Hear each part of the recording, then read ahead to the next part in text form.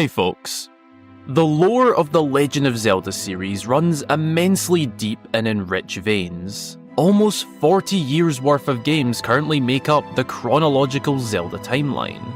Each game is made with its own unique story, history, and lore, to then all be linked together through this timeline spanning thousands to tens of thousands of years, whilst also branching off into 3 splits, and overall creating for one mighty confusing lore for the series as a whole. Zelda lore is something that I find fascinating. I mean, I've literally built my channel around it. It honestly amazes me just how much in-game information there is in some of these games. Whether it's interesting dialogue, environmental details, or straight up some old wise person giving us the backstory to the last 10,000 years casually, Zelda games have a ton of lore within them, and that's one of my favourite things about these games. Despite the popularity of discussing topics and theorizing about the lore of these games, it comes under a lot of criticism for inconsistency and contradictions, particularly when it comes to how the lore from one game connects to another. Now, I'm not here to say that the criticism is entirely fair, though I'm absolutely here to say that. I'm someone who definitely doesn't mind all of these problems with Zelda lore, and in today's video, I'd like to explain not just why that is, but also go into the source of why Zelda lore is seemingly always inconsistent, and why that really isn't a problem. Be sure to go and grab yourself a delicious snack and drink, folks. If you're currently fasting, then be sure to do so later on. Subscribe if you aren't already for lots more fabulous Zelda content from myself. Drop a cheeky wee like down below to help the video out, get comfy, and let's get into this. There's multiple perspectives to tackle the question of why is it so inconsistent. The best way to break it down for me is looking at the in-game perspective, looking at the in-game universe, lore, and how the game actually is as if you were to imagine yourself within that world. Then there's the real-world perspective, looking at the logical reasons from a development standpoint. We'll start with the in-game look, as I believe it's more interesting, so let's waste no time. To tackle this head-on as possible, let me explain the angle I'm going to approach this, and just hear me out.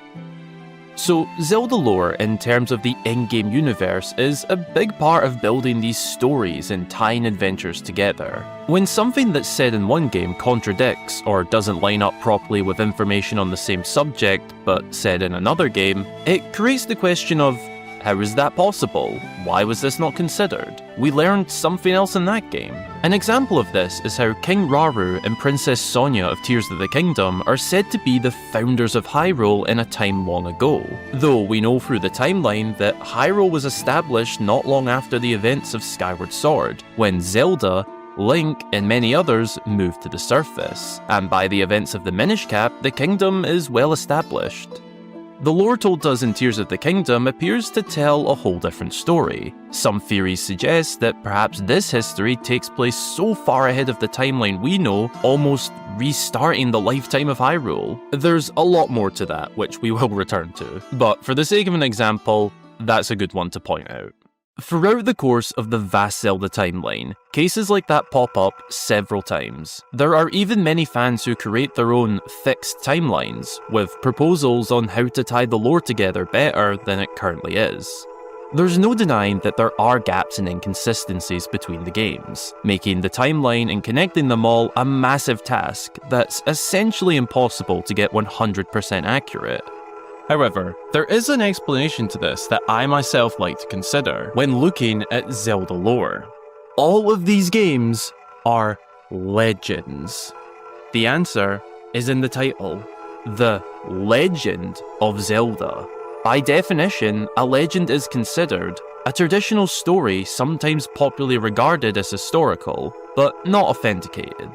These legends are all stories, told throughout generations and passed down thousands of years of history. One thing that comes with a tale being told over a long period of time is details changing. Perhaps just small, seemingly insignificant details change, but over the course of time, over many retellings, a story can massively alter as one person tells it to another. One or two pieces of the story told slightly differently by each person, over the course of say a few hundred years, the story will alter. The main details tend to stay accurate, but finer details can easily become warped to time.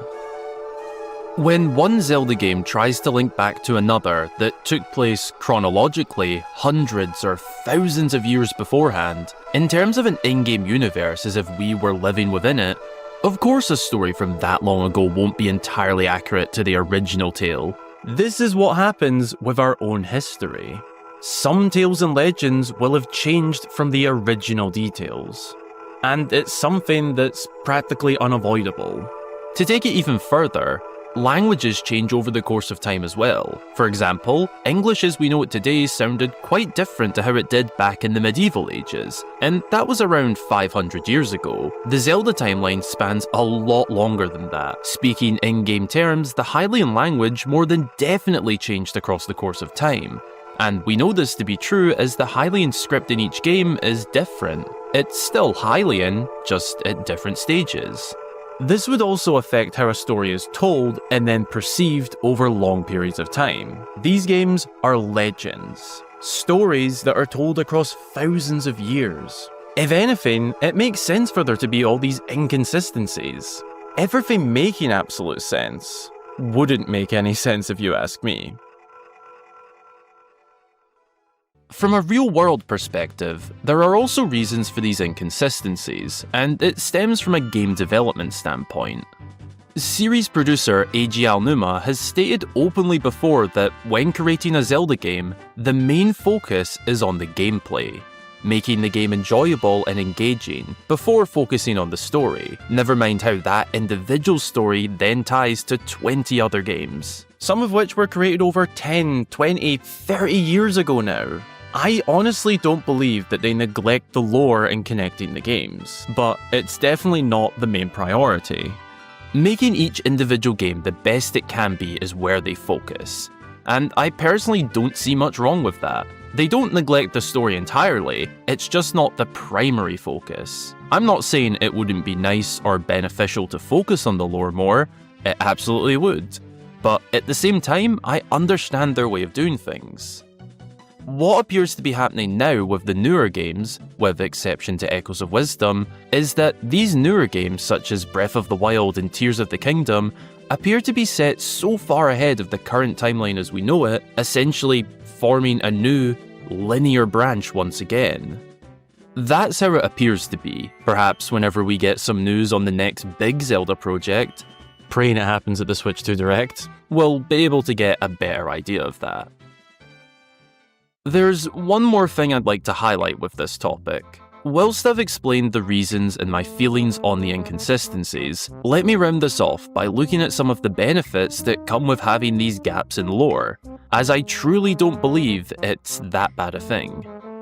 The main benefit we get from the lore not being entirely consistent is theories, lore dives, mystery videos. A lot of Zelda content is based on the gaps within the lore, history, and information in games. It's about perspective in my opinion. You could look at all the gaps and inconsistencies and call it lazy, but I don't think that's the fair way to look at it. For me, I view it as an opportunity for us as fans to come up with all of these cool theories and lore videos, which have been a massive part of Zelda YouTube for many years. I honestly think it would be a little boring if everything added up and simply just made sense. Having questions and mysteries creates an intrigue that feels very real, as it impacts the history and lore of the series in a similar way to how our real world's history is recorded and deciphered over time. This opinion of mine links back to the Founders of Hyrule example earlier.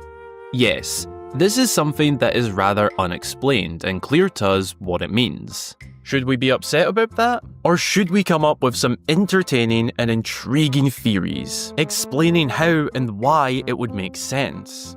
I know what I'm choosing. This has been such a big part of not just the Zelda theory community, but the community of video game theorizing in general. Of course, not every theory stems from gaps, but many do. And for me personally, it just adds to the intrigue and depth of mysteries and theories. Some of the most well-known theories have come from simple questions about things that weren't explained. Fans being creative and coming up with what they think could be the answer. It's engaging, it's fun, and I wouldn't have it any other way. One thing I'd really like to clarify and say as well is that I'm in no way saying that whatever the stated lore is shouldn't be followed because of all of the inconsistencies when it comes to things like lore videos. If I'm ever going off the stated factual lore that we're told, I clarify that and make sure it's clear that I'm talking about a theory, idea, or possible explanation. This video is also just the surface level of this entire topic. I could go on so many tangents and down several rabbit holes just to tackle ifs and buts on certain topics. There are many different complex angles to this, and my thoughts this far definitely don't reflect every single situation in terms of Zelda lore. Rather, I'm opening up my thoughts on this generally, giving my view. I'm not making this video to bash the opinion of anyone who feels differently. That's perfectly okay, and I do understand those of the opposite opinion to me, and I respect that. I just wanted to make a video offering my perspective and view on why Zelda lore is always inconsistent, but why it's not really that bad a thing. I'd love to hear your thoughts on this. Leave a comment below with how you view the gaps and inconsistencies in Zelda lore, and how it affects the experience for you personally. I'll be reading and replying to many very soon.